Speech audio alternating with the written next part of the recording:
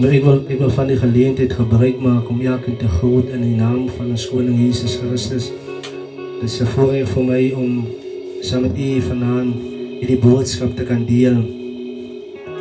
My naam is Lea Titus en ek wil vanaand hierdie boodskap aan die kinders van die Here bedien vanaand. Weet, dit is in die tyd wat ek besef dat daar moet hard gepraat word met die kinders van die Here. En die rede hoekom ek dit sê is omdat daar is te veel misleiding in hierdie land, daar is te veel misleiding in die wêreld, daar is te veel misleiding oral waar sy gaan, is gelowiges besig om raad te volg en hulle is besig om na dinge te luister, maar dit is nie die woord van die Here nie. Hulle is buite die woord van die Here en probeer dinge van 'n wêreldse perspektief probeer kry. Hulle soek na antwoorde, maar daar is net een antwoord. Die Bybel sê dat die heerskappy is op sy skouers en hy word genoem wonderbaar, raadsman, sterke God, ewige Vader en die vredevors. Nou, en in die gedeelte dan, ons sê dat hy die raadsman is, maar hoeveel keer gaan luister ons vir hom verraad? Ek vind dit snaaks dat almal wil uitvind en almal wil probeer te kampe kom of te kenne kom oor waar vandaan die virus gekom het, waar vandaan corona gekom het. Hulle wil probeer uitvind, is dit 'n ware ding of is dit nie 'n ware ding nie? Hulle probeer uitvind, is dit regtig of is dit nie regtig nie? Maar niemand, as hy dan wat binne in jou is, die een is wat die raadsman is, die een is wat die sterke God is, die een is wat die ewige Vader is, as hy dan binne in jou is, as hy gees dan een gees is met jou, halleluja, dan wil ek jou vra, why haven't somebody consulted God about this?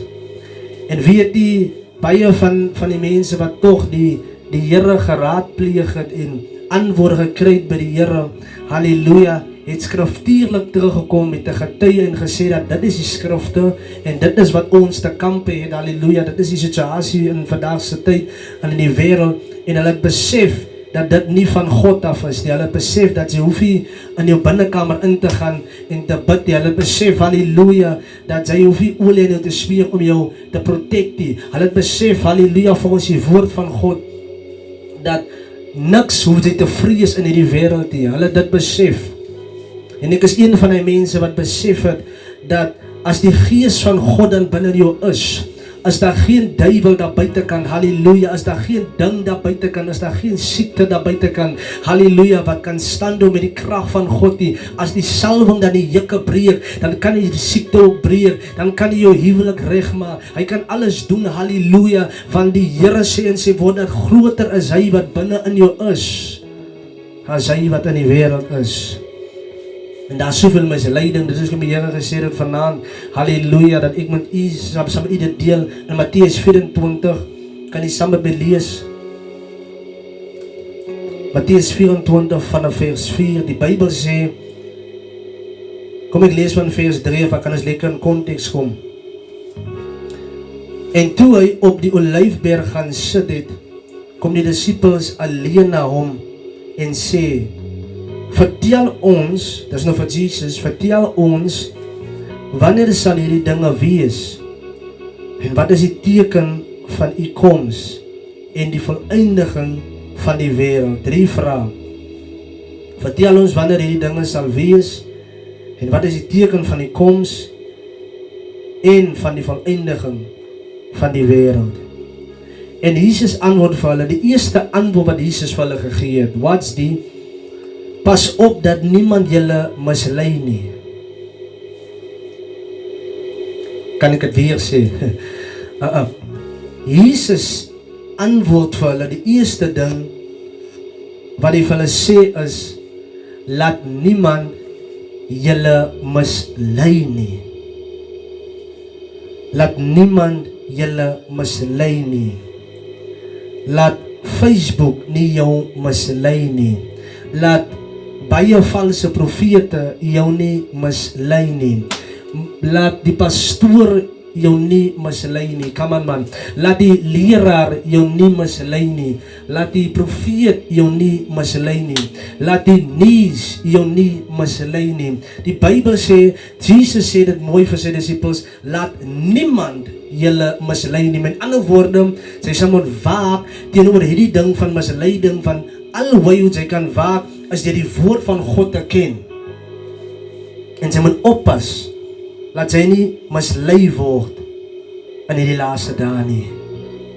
En wat gebeur in die laaste dae? Mense word mislei. My magtig, mense word lelik mislei. Sy sit 2 en 2 by mekaar en dan kom sy agter, maar hierdie ding maak nie sin nie. Mense word mislei, gelowiges word mislei. Van die rede hoekom baie gelowiges in elk geval mislei word, is die feit dat hulle nie sy woord ken nie.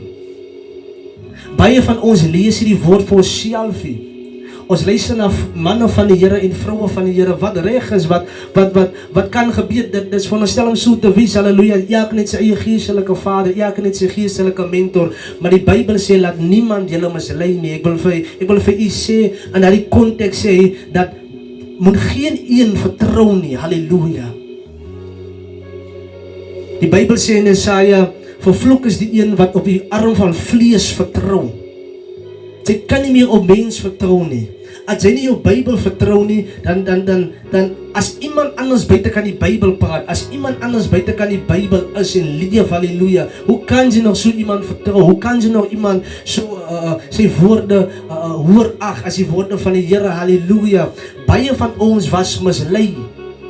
Maar die wat die woord ken, halleluja, die wat in die woord lewe, die wat die woord ken, halleluja, die wat 'n verhouding het met die Here, die wat in God se krag lewe, die wat in die salwing leef, halleluja, wil ek vir jou sê, halleluja, niemand kan ons mislei nie, want hy is die Alfa en hy is die Omega, halleluja, hy is die begin en hy is die einde, halleluja, en ons geloof gaan in uitgedra word, my God, want ek weet, daar kom 'n tyd, halleluja, wanneer mense klomp stories gaan vertel, hulle klomp goeders gaan sê, halleluja, erger as wat hulle nou vir ons lieg, maar die Here sê, halleluja, dat niemand julle mislei nie. Laat niemand julle mislei nie. Hoekom sou Jesus die eerste ding noem? Laat niemand julle mislei nie. Want hy het natuurlik geweet, daar gaan baie misleiding in die laaste dae is. Die Bybel sê dat baie sal verkoel van die liefde van die Here. Die Bybel sê dat baie sal wegdryf van die Here af, halleluja. Die Bybel sê dat daar sal 'n afvalligheid kom oor die gelowiges, my God. Maar die Here sê, laat niemand jou mislei nie. Dit gaan so diep in my hart in, want ek kan nie besef, halleluja, of ek kan nie meer indink dat iemand wat die gospel ken, iemand wat 'n ware aanbidder is, ooit mislei sal word nie.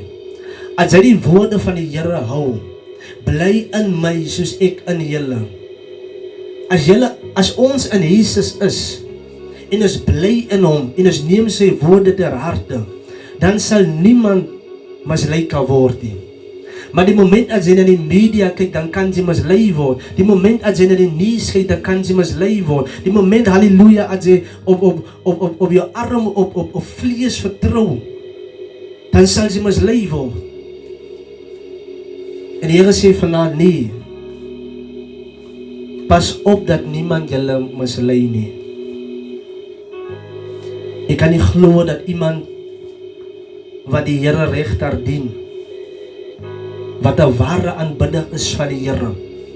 Luister hier, as die gees van God dan binne jou is, ek praat saam met die gelowige vanaand, as die gees van God dan binne in jou is, en as jy glo dat hy kanker kan genees, en jy glo hy kan uit sy wie genees, hoe is dit moontlik dat jy nie kan glo dat hy die virus kan genees nie?